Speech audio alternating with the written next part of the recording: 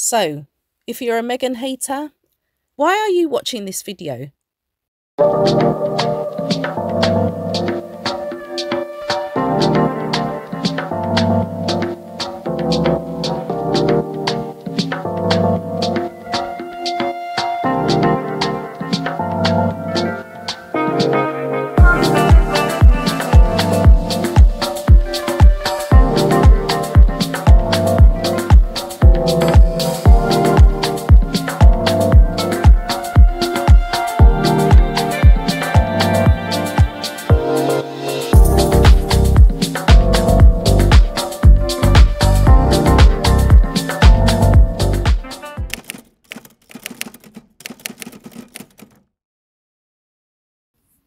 Hey guys, I hope you're all doing well and that you had a great week. As you may be able to hear, my voice isn't 100% this week, which is why I'm not appearing on camera.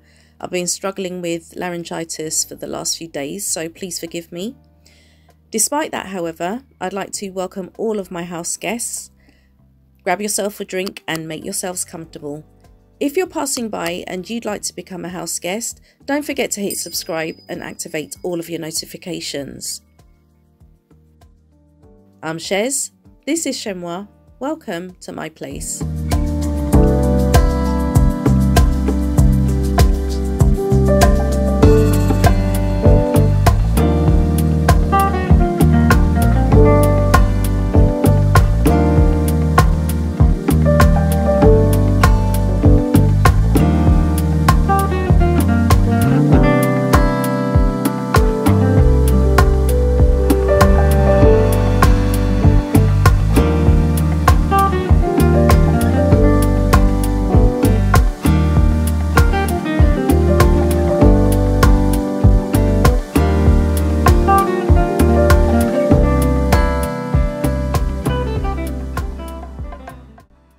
Now, I tried so hard to resist temptation, but curiosity got the better of me. The new release on Netflix created a lot of buzz this week. Scoop depicts the events leading up to the most watched Newsnight interview in the programme's history. The 2019 interview of Andrew Windsor conducted by Emily Maitlis. I'm not gonna lie guys, it was compelling viewing. And Rufus Sewell, who played Andrew, was absolutely superb in my opinion. Andrew is not someone who occupies space in my brain, but watching this drama amplified how truly arrogant this character is. Completely devoid of self-awareness and totally dismissive of others who, as far as he is concerned, are far beneath him. If only to try to understand the eccentricities and aloofness of the aristocratic class, I would highly recommend you watch this show. Here's a clip where the Newsnight team is pitching Andrew for the chance to interview him in relation to his association with Epstein.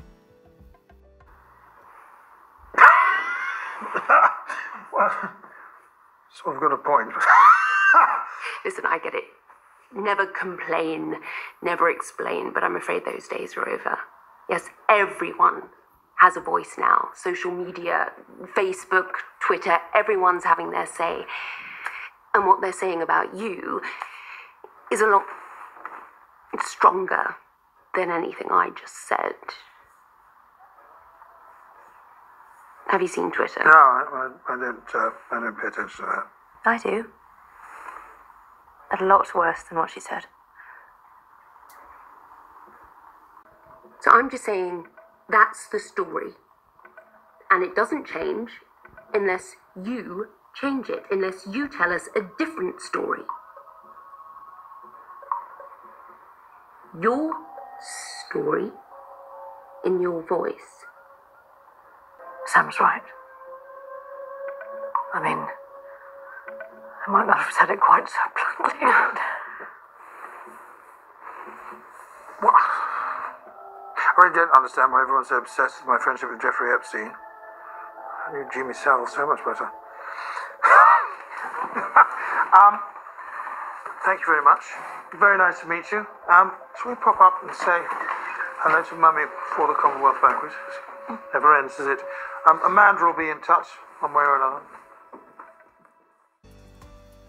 Guys, did you catch that? Did you hear what he said? He said, I don't understand why everyone's so obsessed with my friendship with Jeffrey Epstein. I knew Jimmy Savile so much better. And then he chuckles at the end. Can you believe that? Those of you who are not from the UK may not be familiar with this monster. But you just have to type his name into a search engine to see all the sordid, disgusting events that took place around this particular individual. And in case you were wondering, Savile was also a friend of Charles.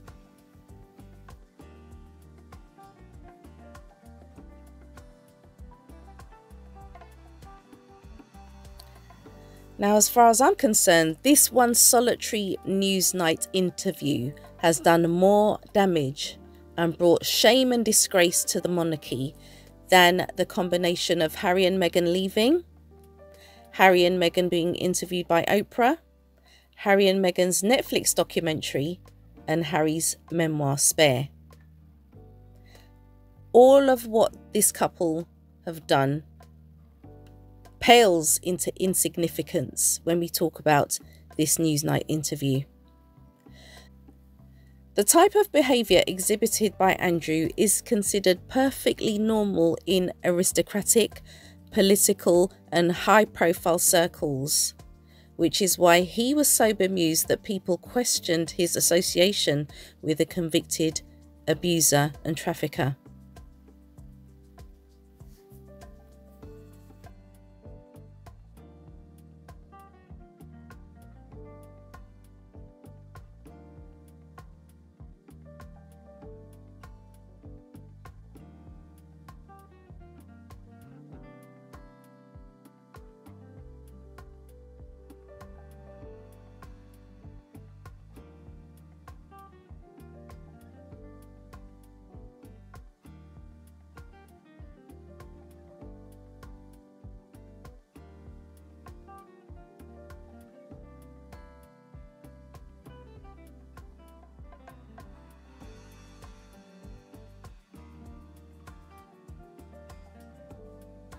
At this point, I have to make the clear distinction between investigative journalism and tabloid journalism. Investigative journalists expose the vileness of Jimmy Savile and Andrew Windsor. Tabloid journalists are the ones who fabricate stories about Harry and Meghan. And if you find it hard to believe what Harry and Meghan have said over the years regarding the warped relationship between the firm and the media, the tabloid media that is, listen to this interview with royal biographer Anna Pasternak on this very recent podcast. The whole episode is over half an hour, but I'm only going to play the first few minutes. Hello everyone, thanks so much for tuning into Infamous this week. I'm Vanessa Grigoriadis. I'm Natalie Robomed. So while we were looking into Meghan Markle, something very strange, as everyone knows, was happening with a different British princess, Kate Middleton. Right. According to the internet, which you could definitely say broke over this, Kate Middleton went missing. The palace said she was in hospital for a planned abdominal surgery, but then she wasn't seen in public for months, which is really, really rare for a royal. And then came this absolutely bizarre photoshopped picture of her with her kids and all these weird reports of sightings before Kate finally revealed that she had been diagnosed with cancer. Now, of course, this is incredibly sad, and it makes a lot more sense why she would want her privacy while navigating this kind of life-changing news. But it's also a very revealing moment in the royal family's relationship with the press, telling us so much about what they can control and what they can't. So we're going to get into all things Meghan and Kate with one of the foremost royal chroniclers this week, a woman who has penned a bunch of famous articles and books, particularly about the monarchy. She's the author of such lines as, "Beneath the yummy mummy exterior, Kate has a spine of steel." In many ways, she's reminiscent of the late Queen Mother, whom Cecil Beaton described as a marshmallow made on a welding machine. Just ponder that image for a minute. And just to note, this interview was recorded before Kate revealed her cancer diagnosis, so please bear that in mind. My name is Anna Pasternak, and I'm a writer and royal biographer. I wrote the seismic book many, many years ago, 27 years ago, Princess in Love, about Princess Diana's relationship with her riding instructor, Captain James Hewitt. And then more recently, I wrote American Duchess, The Real Wallis Simpson. And I feel that having written both those books, I've got a pretty good understanding of how the British monarchy works, and especially how they treat incoming women. Part of why I really wanted to talk to you is because of your Tatler profile of Kate, which I thought was just so fantastic. Well, yes, it was the beginning of lockdown, and I was asked by Tatler to do a, colourful piece on Kate, and what they didn't want was a puff piece. Great. And this piece created the most enormous backlash. I just could not believe it. And one of the things that was levelled at me was that I had said that Kate was perilously thin.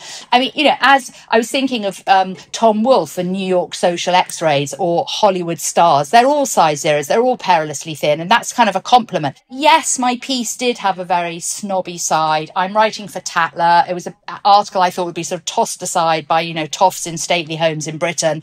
And anyway, everyone went berserk about that. And Kate and William said they were going to sue Tatler. So I had 4 months in which I was rung up by the Tatler managing director and told, and I had the world's media saying, please, can you speak, please? And I was told, please don't speak. So for 4 months, I did not speak, which was very annoying because I had another book to publish. And everyone wouldn't interview me because they said, we can't talk to you unless you discuss Tatler again. Nightmare. Nightmare, exactly. That aggrieved me even more. I cannot discuss Tatler again. And this is really interesting in light of what's happening with the media and the palace today. So I remember vividly, it was a September Thursday evening, and I was rung up by Louisa Parker Bowles, Camilla's niece, who was then managing director of Tatler. And she said, don't worry, it's all been sorted with the Condé Nast lawyers. William and Kate, they're not going to sue. But the one thing is, you absolutely must not discuss this. So you can imagine my consternation on Sunday when I go and get the Sunday newspapers, and front cover of the Mail on Sunday is Kate's victory over Tatler, double page spread on me, absolutely, my God. Yes. And I knew that Tatler hadn't leaked it. I knew that I hadn't leaked it. So I knew that the leak had come straight from Kensington Palace. And a year later, the journalist who was asked to write the piece verified that William had rung up the editor of the Mail on Sunday at that Friday morning, and somebody from his office went to have lunch with them, and they planted that piece. The royal family manipulate the media. I'm talking about the print media, the British print media, in a way you simply would not believe. So, for example, in the mainstream press, it is verboten to write a piece in support of Meghan and Harry. Wait. So when you say, they must say this narrative about Meghan and Harry, I mean, you mean this in the way that journalists all sort of move as a pack, right? It's not an actual dictum. No, it is an absolute dictum, spoken and unspoken, that the newspapers do not want and will not print pieces that are wholly positive to Meghan and Harry, and you cannot write anything negative really about William or Kate. But this is because they're monarchists at the core? No, this is because of the deals that have been done between the palace and the editors of these papers. Okay. If you look at the Telegraph app, you will see 4 or 5 pieces in absolute eulogizing praise of the Princess of Wales. And then the chances are on the same day, every piece about Meghan and Harry is negative. They literally take a baseball bat and bash this couple to pieces. And it is because of this that I have completely changed my view towards Meghan, but also towards Harry. So when Mexit happened, I thought, well, it was ill-conceived and they were acting in probably quite a petulant way, and couldn't they have made it work? And what I have seen from the books that I've written about the monarchy is that the reason the British monarchy has survived and prospered when other European monarchies has failed is they are utterly ruthless, and their absolute goal is you have to have the spotlight on the monarch and the heir. And anybody else who comes into the picture and takes too much of the oxygen or too much of the limelight, you see is pushed out. We saw it with Diana. We saw it with Fergie. We've seen it with Harry and Meghan. They were too threatening as a unit to Kate and William. But isn't Meghan so frustrating? I mean, isn't there a part of you that's so frustrated by her entire persona, I never Googled my husband before I met him, or do you actually now look at the stories that she's told and think, God, she was telling the truth all along? Well, I actually think I do now. Would you need to Google Harry? I mean, he's so world famous. I mean, I don't know. But I'm sure she has very self-absorbed tendencies, don't we all? But I do think what's incredibly unfair is that there was the tide turned, and I believe, Harry, that was instigated from within the palace. Mm-hmm. And you cannot fight the palace narrative. And when you say the palace, I mean, who are we talking about? I mean, are we talking about Charles and Camilla and a couple of designated press officers? Well, let me say that nothing is leaked without the nod from the principals. So, for example, this latest thing about William and Kate being filmed by a member of the public in the Windsor farm shop. It's been 12 weeks since we saw any footage of the Princess of Wales, but now here she is, walking with husband Prince William, carrying her shopping and smiling and looking relaxed. An onlooker in Windsor said Kate was out shopping with William and she looked happy and well. I do not believe that for a second. This was set up. It is a deal with the Sun. The conspiracy theories are off the Richter scale. And suddenly, guess what? We've seen Kate. And a member of the public allegedly saw her popping over to the Windsor farm shop, to sell lovely produce near their base in Windsor. And there is William and Kate on a Saturday morning, William in his baseball cap, buying bags of bread and carrying it out. The Prince and Princess of Wales, just like thousands of other couples did this weekend, dressed down on their shopping trip, and onlookers said they looked happy and relaxed.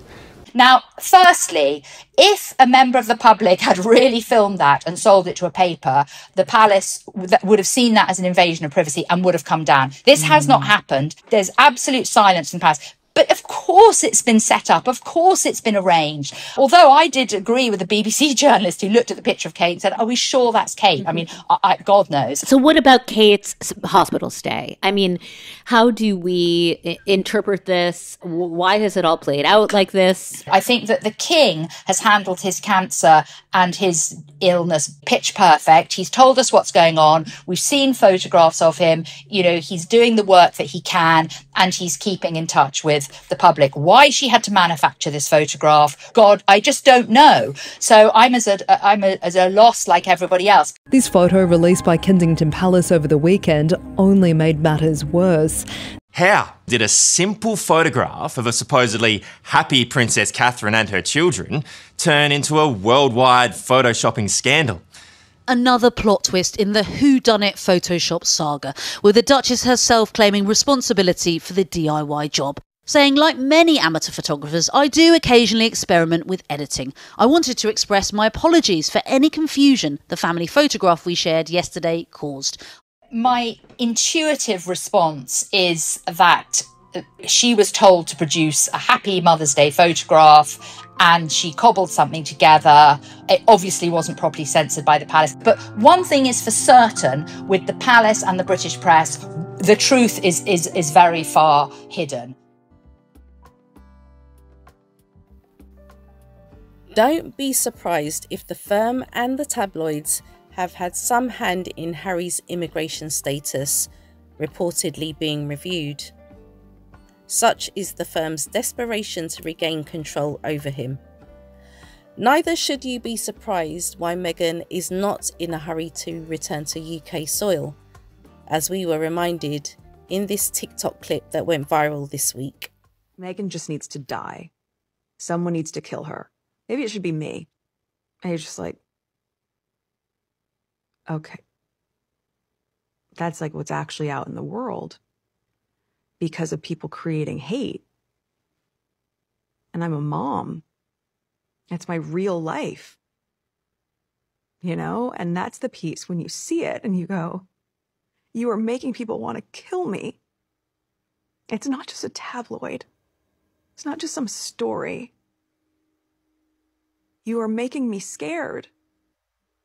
Right? And like that night, to be up and down in the middle of the night, looking down my hallway, like, are we safe? Are the doors locked? Is security on? Is everything? That's real.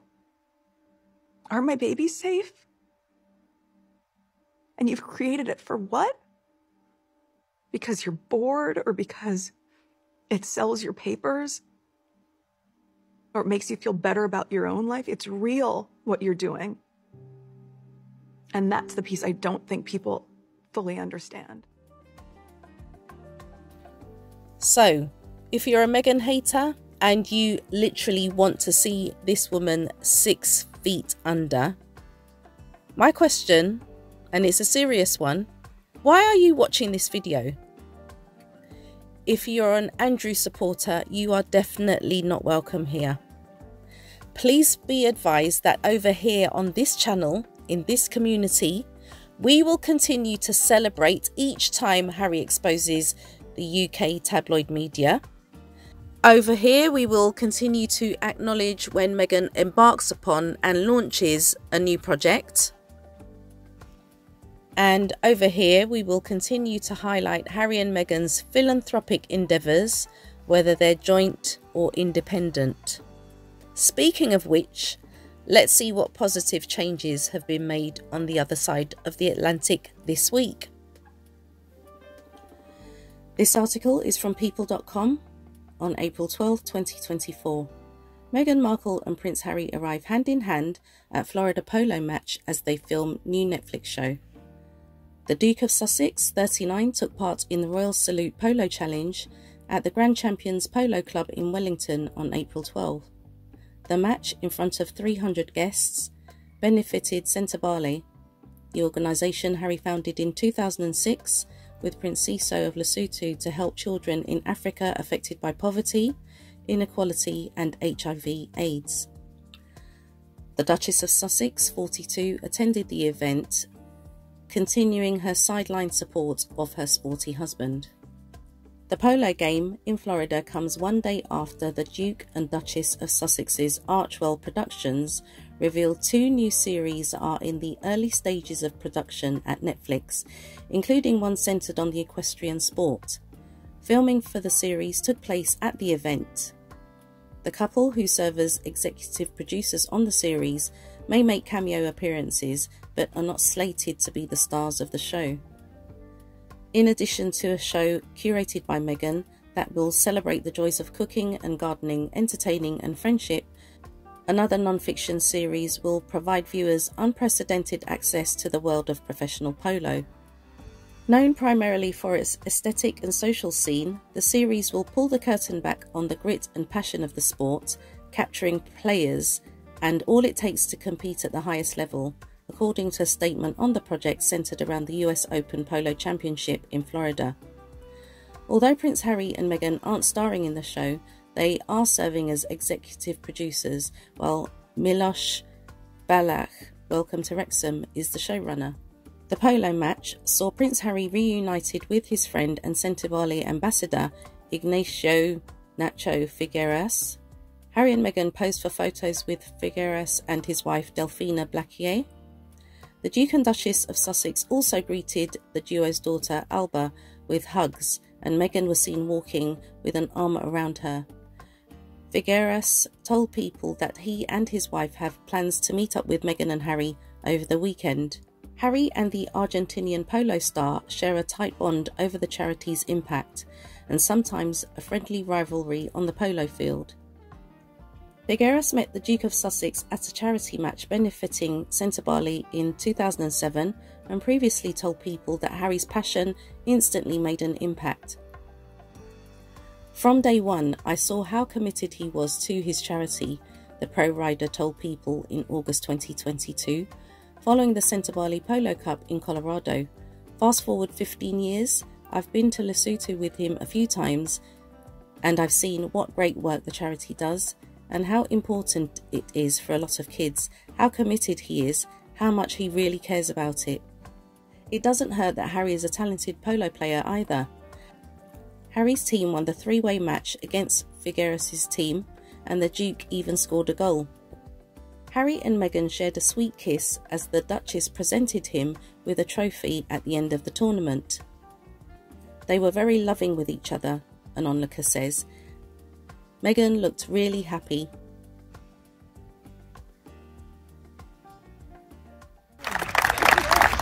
Presented with a beautiful trophy. Ladies and gentlemen, once again, put your hands together for Chez M0i, Rosemary, J.M.R. and Super Sussex, Adolfo Cambiasso, and Mr. Markle. And of course, big thank you to the Duchess of Sussex for presenting the trophy. Once again, I'd like to thank everyone who's been a part of such a big fun. So just reading this story actually reminded me of a DM that I was sent on Instagram towards the end of February this year from one of my subscribers. Her name's Wendy. I believe her YouTube handle is Wendy7404. I've read one or two comments of hers on the coffee chat series I had last year, and she was telling me that although she hasn't met Harry, she did meet Prince Ciso, and he had just come from meeting Harry, and she sees the opportunity for her daughter to have a photo with Prince Ciso, and I asked whether she would mind me sharing it on my channel, and she said perfectly fine. So here is the photo. I really appreciate Wendy taking the time to send me this photo. She did it purely voluntarily. Just DM me on Instagram, and I'm happy to share this. So Wendy, thank you so much for taking the time to do that, and your daughter is beautiful, by the way. I'm happy that you had that encounter with Prince Ciso. Thank you so much. As with positive stories, there's always got to be some kind of sourpuss in the comments, and I saw plenty of comments asking about Harry's response to the African Park scandal. Now, I was vaguely aware of something like that, but I didn't really look at it properly until I'd seen these comments under the videos about this polo match, this polo event. So I thought, let me look into this, because I find it hard to believe that Harry would not have addressed this issue. You know, something so serious. I looked for quite a while, couldn't find anything. All I could see was articles saying, you know, Harry's tied to this controversy, blah, blah, blah. You know how the tabloids are. Until I came across this one article, which actually stated that he acknowledged what was going on. This article is from geo.tv, published on the 28th of January 2024. Prince Harry breaks silence amid fresh allegations related to his charity. Duke of Sussex Prince Harry has finally broken his silence after his charity African Parks has been accused of operating an armed militia engaged in the beating, assault and torture of indigenous people in Africa.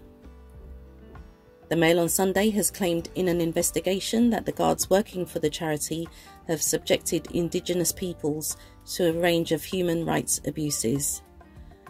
Following these allegations, the Sunday Times reported that Archie and Lilibet father, this isn't well written, has demanded action over abuse claims at his African charity.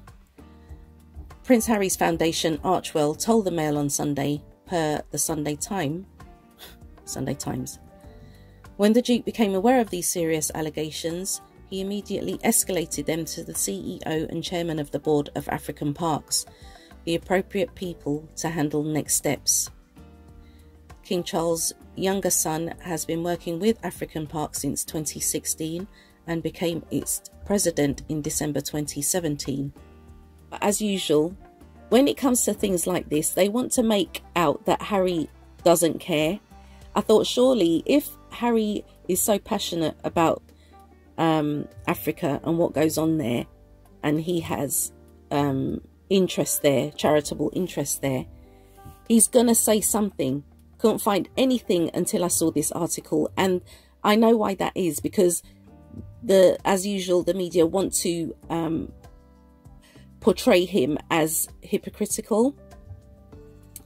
Everyone's a hypocrite. I keep saying this to people.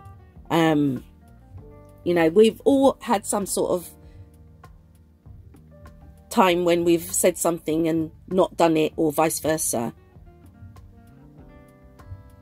You know, everyone can be labelled as a hypocrite, but I thought to myself, Harry must have had said something. This story is buried all the way back. You've got to go past loads of articles saying about this scandal where he hasn't said anything to find this article where he actually did take action. Now, what happens after that, I don't know. But it's been brought to his attention. Now he's escalated it. So, you know, we'll see what happens. But for people to say, oh, he hasn't said anything, clearly he has said something. So guys, I'm going to go ahead and wrap up this video as I don't have much more to add. If your thoughts were provoked in any way, don't forget to give this video a thumbs up. And if you haven't yet become a house guest, don't forget to hit subscribe and activate all of your notifications. I want to take this opportunity to thank you guys so much for watching. Sorry you had to endure my raspy voice, but I really appreciate you guys sticking with me. Enjoy the rest of your day, and you shall catch me in the next video.